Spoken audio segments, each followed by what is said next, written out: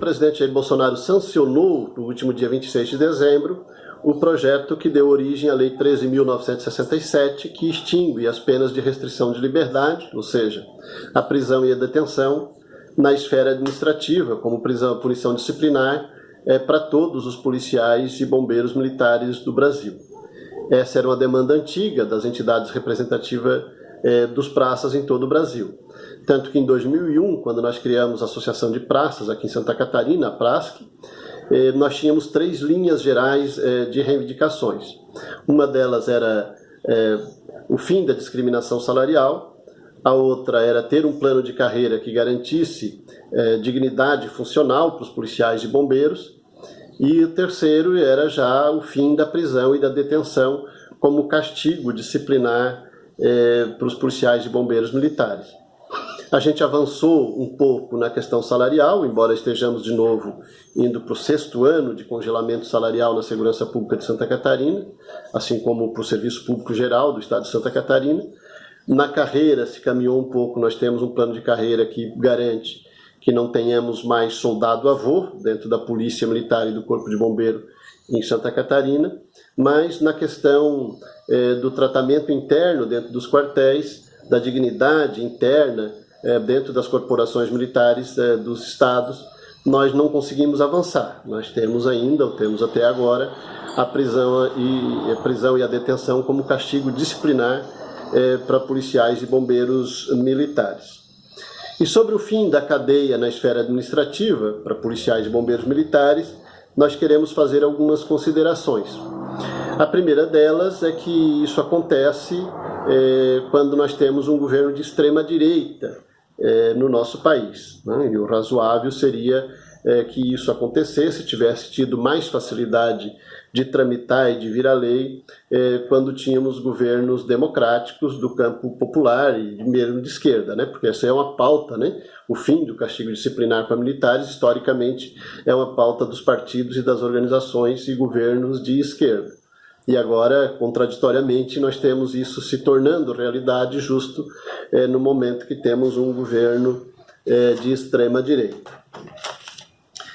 Queremos saudar a Associação Nacional de Praças, a ANASPRA, e todas as entidades de praças dos estados que são filiadas e que compõem a ANASPRA, todos os diretores dessas entidades e da ANASPRA, em especial o presidente, nosso companheiro Sargento Lotim, Elisandro Lotim de Souza, que é um companheiro aqui do estado de Santa Catarina, né, hoje sargento da Polícia Militar de Santa Catarina, era soldado novo, né, em 2001, quando nós criamos a PRASC. E o Lotim, junto com diversos outros diretores da ANASPRA e das entidades estaduais, estiveram peleando nos últimos anos de forma bastante intensa em Brasília, junto ao Congresso Nacional, para que essa reivindicação virasse lei. Por conta desse trabalho, dessa construção, foi protocolado em 2015 o projeto de lei complementar número 148, de autoria da ANASPRA, né, de coautoria com a ANASPRA, mas foi assinado pelo deputado federal Subtenente Gonzaga, que é também um dos fundadores da ANASPRA, né, junto com todos nós no ano de 2007, o deputado federal atualmente, pelo estado de Minas Gerais, que puxou o debate pela criação deste projeto e pelo encaminhamento desse projeto junto ao Congresso Nacional. Também por demanda, por solicitação do Lotim, também o deputado federal de Santa Catarina, Jorginho Melo, hoje senador, é um dos proponentes do projeto 148, que agora foi transformado na lei 13.967. Saudar todas e todos que contribuíram e que apoiaram, né, para essa importante conquista de todos os policiais e bombeiros militares do Brasil. Porque a gente entende que humanizar as relações internas nas instituições de segurança pública é também o caminho necessário para humanizar a relação entre a polícia e o conjunto da sociedade. A Lei 13.967, que foi publicada no Diário Oficial no dia 27 de dezembro último, ela altera o Decreto-Lei 667 de 1969, veja só, vinha de lá, né, os regulamentos disciplinares usado pelas polícias militares e bombeiros militares do Brasil, vinha lá de 69, época da ditadura, que determina o prazo de 12 meses, ou seja, 1 ano, para que os estados e o Distrito Federal regulamentem a nova lei. Regulamentem a nova lei, criando um código de ética e de disciplina, e esse é o nome que deverá ter, não vai ter mais regulamento disciplinar da Polícia Militar do Estado de Santa Catarina, ou do Bombeiro Militar de Santa Catarina, ou da Polícia dos outros estados, né? Será um código de ética e disciplina, esse será o nome. E deve observar, né, para a criação desse código de ética e disciplina, os seguintes critérios. Inciso 1º, a dignidade da pessoa humana. 2, a legalidade. 3, a presunção de inocência. 4, o devido processo legal. 5, o contraditório e a ampla defesa. 6, a razoabilidade e a proporcionalidade.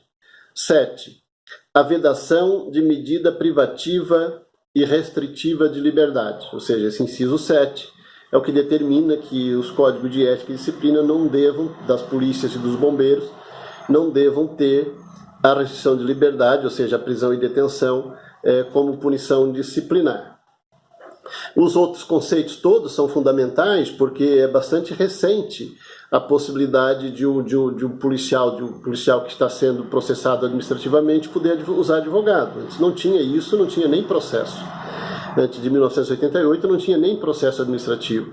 O comandante decidia prender e comunicava o militar subordinado, né, que ele estava preso. Era assim que funcionava, inclusive já em tempos em que eu estava na Polícia Militar, então até um tempo bastante recente, não tinha nem processo administrativo. O comandante simplesmente mandava prender, ou dava voz de prisão, ou mandava se recolher, e aí depois fazia, né, o comunicado no boletim interno dessas organizações militares, né? Então, esses conceitos todos que estão aqui são fundamentais na construção desse código de ética e disciplina posterior. Vale registrar, né, que o fim da prisão e detenção como punição disciplinar não significa que os policiais e bombeiros vão deixar de ser punidos em caso de faltarem com a ética ou terem uma conduta fora dos rigores da lei, né? Isso é muito importante dizer porque pode parecer, né, que os policiais e bombeiros militares, mesmo quando errarem, né, na sua profissão, não serão mais punidos. Isso não é verdade. Nós estamos falando aqui apenas das punições disciplinares, aquela que acontecia no âmbito do quartel como uma punição que vão continuar existindo, só não vai ter a restrição de liberdade, não vai ter a prisão e detenção, não vai ter o esteja preso porque desrespeitou o comandante, o esteja preso porque está com a bota suja ou com a farda mal passada, né? Esse tipo de punição interna dentro dos quartéis é que não vai mais acontecer, até porque todos os militares estão sujeitos ao Código Penal Militar. Todos os militares brasileiros estamos, né, sujeitos ao Código Penal Militar, que é bastante rigoroso. Aliás, tudo aquilo que os regulamentos disciplinares estabeleciam como uma transgressão disciplinar, e aqui por regulamento disciplinar do Estado de Santa Catarina, eram 122 tipificações de transgressões disciplinares, a imensa maioria delas são também tipificações de crimes militares. Então, o que acontecia? O praça, o militar, era preso administrativamente por um motivo, e pelo mesmo motivo ele era processado pela justiça militar, né? Então tinha uma dupla punição, né, em diversas situações para todos os militares. Tinha ou tem, né, até esse momento ainda, né? Porque repito, a maioria das tipificações de transgressões disciplinares são também tipificações de crimes militares, segundo o Código Penal Militar. Aqui, todos os militares do Brasil, incluindo os policiais e bombeiros militares, estão sujeitos. Então, ele já vai responder pelo crime militar, não tem motivo para ele ser subjugado dentro do quartel por uma medida administrativa, por decisão do seu comandante, também uma punição administrativa, quando já tem uma punição processual penal que pode ser aplicado em caso de erro, em caso do cometimento de crime militar. O Código Penal Militar, é preciso, importante dizer, né, para que não se pense que o Código Penal Militar existe só para passar mão, né, ou para passar pano, melhor dizendo, né, em militar ou em policial criminoso, que falte com a dignidade humana, com respeito à legislação vigente no país. É importante falar desse rigor que tem o Código Penal Militar quando os comandantes querem usá-lo no sentido de aplicar, né, uma punição, uma condenação mesmo aos militares. O Código Penal Militar brasileiro, para tempos de guerra, ele pressupõe inclusive a pena de morte por fuzilamento, né? Então, quase tudo aquilo que é transgressão disciplinar no regulamento disciplinar é também uma tipificação de crime militar no Código Penal Militar, em tempos normais, em tempos de paz. E se for em tempo de guerra, uma proporção bastante grande daquelas tipificações tem penas muito mais rigorosas, inclusive dezenas dessas tipificações têm penas de morte como punição, como condenação possível. Então isso é importante a gente dizer, para que não se pense que agora os militares estarão livres, né, para fazer o que quiser. Isso só vai acontecer se tiver a conivência, né, geral das instituições e dos comandantes das instituições, né, porque a legislação existe e são bastante rigorosas no tratamento com todos os militares do Brasil. Conforme a lei também estabelece, a lei sancionada no dia 26 de dezembro, a Lei 13.967, os estados e o Distrito Federal terão 1 ano para criar esses códigos de éticas, né? E a gente quer fazer algumas observações sobre as preocupações que as entidades representativas de praças precisam ter nesse período, né? É necessário atentar para as tipificações de transgressões disciplinares, porque nas tipificações, nas 122 aqui do estado de Santa Catarina, isso é um número mais ou menos parecido em todos os estados do país, porque seguem o regulamento disciplinar do Exército. Se as tipificações são isonômicas, ou seja, se estabelece o mesmo tratamento para oficiais de praças, porque na forma que estão, e são vários os casos, em que uma coisa que o oficial pode, o praça não pode. Então, o que é proibido para o praça não é proibido para o oficial. E esse é um elemento que precisa ser tratado de forma adequada nessa legislação que vai ser construída em cada um dos estados e no Distrito Federal. Atentar para que não haja discriminação de tratamento na relação entre praças e oficiais, entre superiores e subordinados. Porque, né, como dignidade humana, todos são iguais, né? Embora tenham funções diferentes, responsabilidade diferente, um comanda e o outro obedeça ao comando, a dignidade dos dois devem ser tratadas com isonomia e com igualdade. Atentar também para a metodologia, né, de aplicação desse código de ética, né, porque só ter um nome bonito, código de ética e disciplina, não resolve. Então deixa de ser regulamento disciplinar e passa a ser um código de ética e disciplina, o nome fica bonito.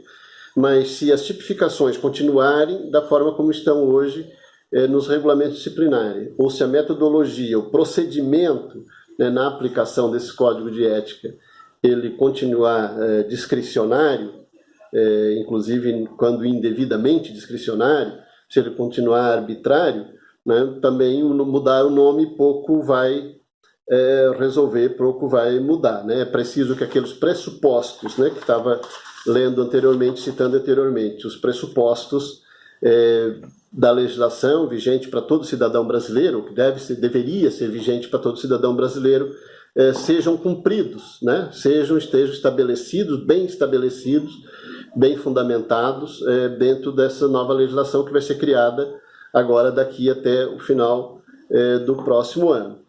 Qual sejam, vou ler novamente, para que as entidades, os dirigentes de entidades representativas de praças, da Polícia Militar do Corpo Bombeiro, quando forem discutir com os comandos, com os deputados, com os governos, com representantes dos governos, como deve ser o Código de Ética e Disciplina das Polícias Militares do Corpo de Bombeiro, atentem para que estes elementos, esses conceitos, esses fundamentos estejam bem consolidados e firmes dentro dessa legislação que vai ser criada. Vou ler novamente justamente para se atentar a esses aspectos.